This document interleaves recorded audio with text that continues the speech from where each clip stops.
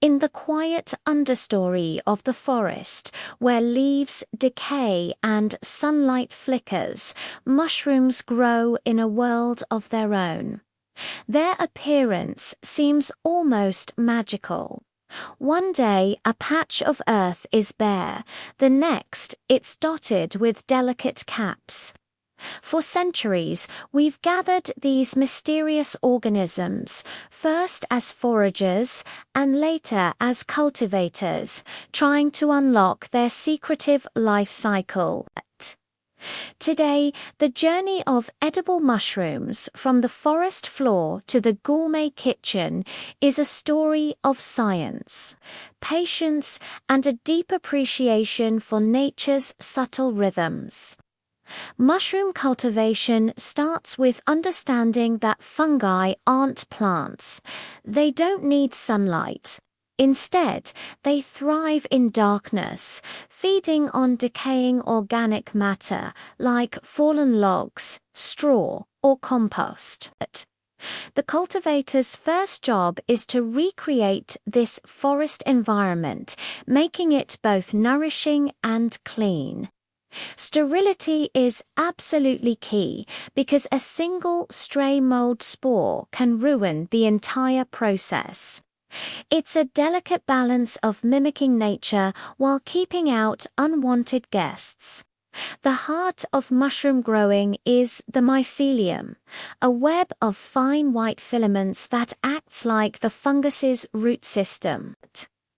Cultivators introduce this mycelium to a sterilized substrate-like grain, sawdust, or strand. Let it weave its way through the material.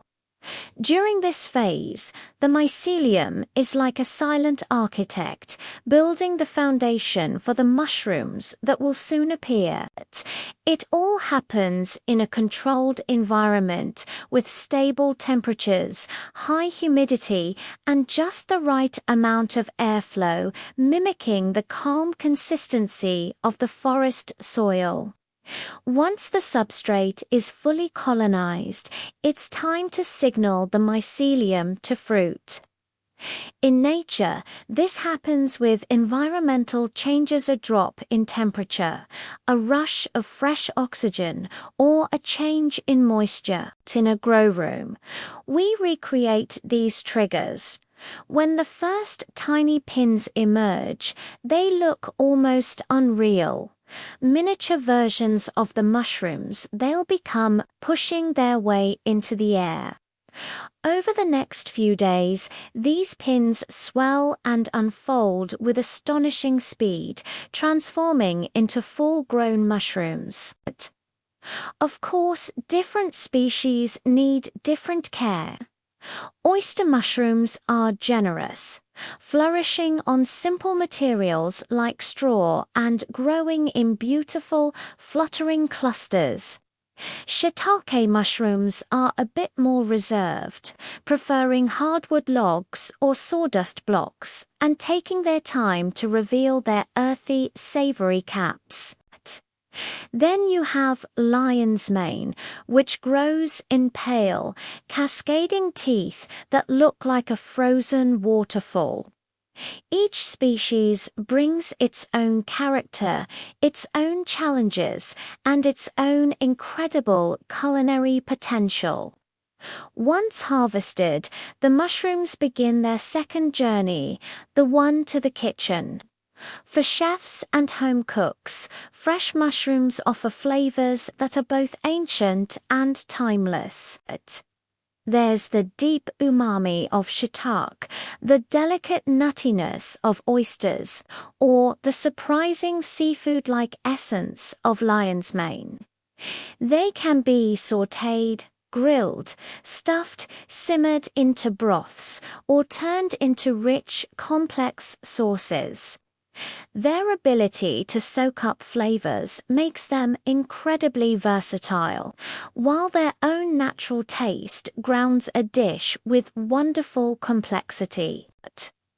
But beyond their amazing taste, cultivated mushrooms carry the essence of the forest.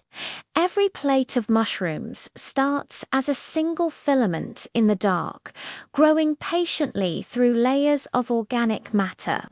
They represent a cycle of renewal, turning decay into nourishment, and offering a harvest that is both humble and extraordinary.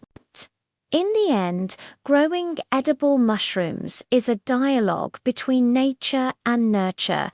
It requires attention, respect, and a willingness to learn from the silent world beneath our feet.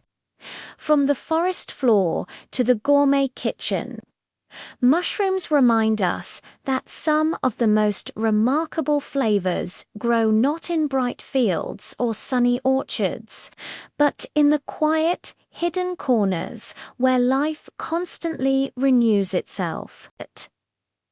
Thanks so much for watching.